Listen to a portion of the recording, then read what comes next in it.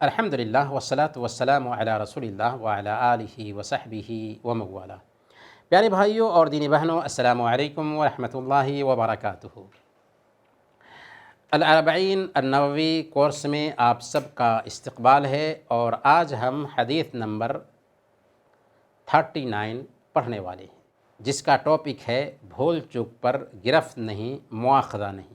سنن ابن ماجہ اور سنن بیہقی کی روایت ہے، حضرت ابن عباس رضی اللہ تعالیٰ عنہ روایت کرتے ہیں کہ اللہ کے نبی صلی اللہ علیہ وسلم نے ارشاد فرمایا، ان اللہ تجاوز عن امتی الخطأ والنسیان وما استکرہوا علیہ۔ اللہ تعالیٰ نے میری امت کی غلطیوں، بھول چوک، اور اللہ تعالیٰ نے میری امت کی غلطیوں، بھول چوک اور مجبوری کے تحت کیے گئے کاموں سے درگزر فرمایا ہے، یعنی معاف کر دیا ہے۔ ان کے ایسے اعمال ان کے نام اعمال میں نہیں لکھے جائیں گے۔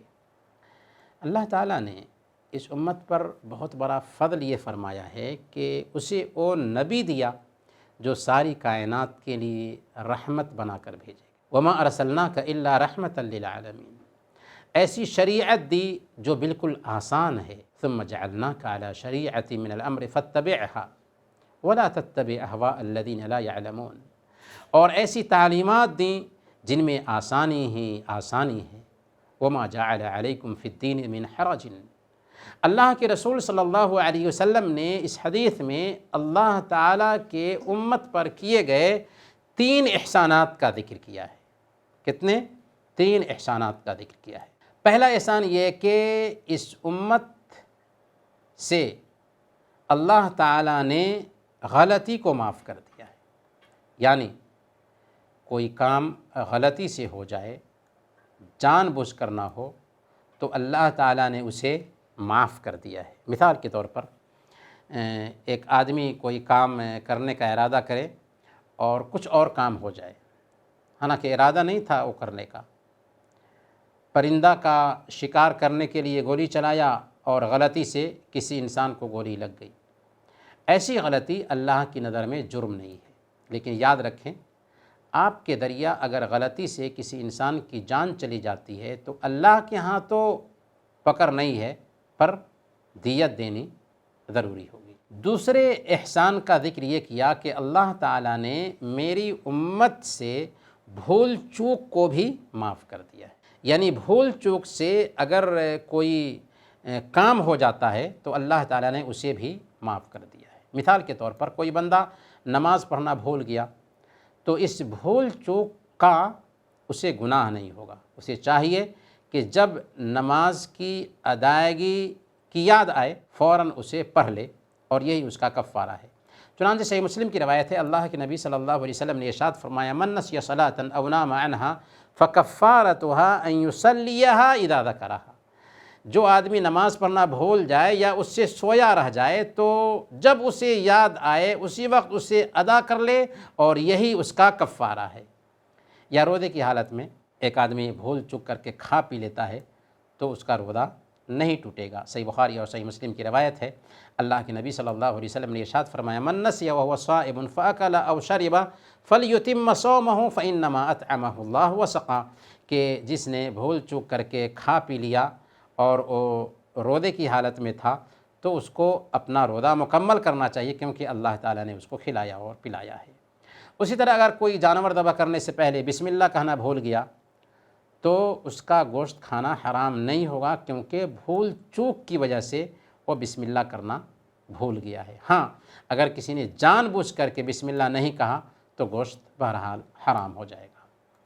یا کسی نے بھول کر کے وضو کے بغیر نماز پڑھ لی تو اس کو گناہ نہیں ہوگا، لیکن اس کے لیے ضروری ہے کہ وہ دوبارہ وضو کر کے اپنی نماز دہرائے، کیونکہ اس کی نماز نہیں ہوئی، اور بھول کر نماز پڑھنے کا اسے گناہ نہیں ہوگا۔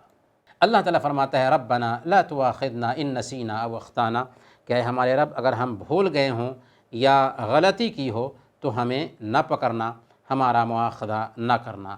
دوسری جگہ اللہ فرماتا ہے، وَلَيْسَ عَلَيْكُمْ جُنَاحٌ فِيمَا أَخْطَأْتُمْ بِهِ وَلَكِنْ مَا تَعَمَّدَتْ قُلُوبُكُمْ، کہ تم سے بھول چوک میں جو کچھ بھی ہو جائے اس میں تم پر کوئی گناہ نہیں، البتہ گناہ وہ ہے جس کا ارادہ دل سے کرو۔ تیسرے احسان کا اس حدیث میں یہ ذکر کیا گیا کہ اگر کسی انسان کو مجبور کر کے اس سے کوئی کام کرایا جائے، تلوار کے زور پر اسے کسی کام پر مجبور کیا گیا ہو، تو اس کا بھی اسے گناہ نہیں ہوگا۔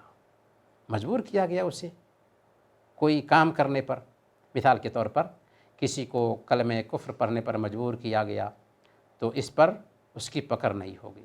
اللہ تعالیٰ نے فرمایا الا من اکرہ وقلبہ مطمئن بالایمان، سوائے اس کے کہ جس کو مجبور کیا جائے اور اس کا دل ایمان پر برقرار ہو، اس کے دل میں ایمان پایا جاتا ہو، لیکن فورس کیا گیا، مجبور کیا گیا، جان سے مارنے کی دھمکی دی گئی، تو ایسی حالت میں وہ اگر کلمہ کفر بول دیا ہے تو اس کا مواخذہ نہیں ہوگا۔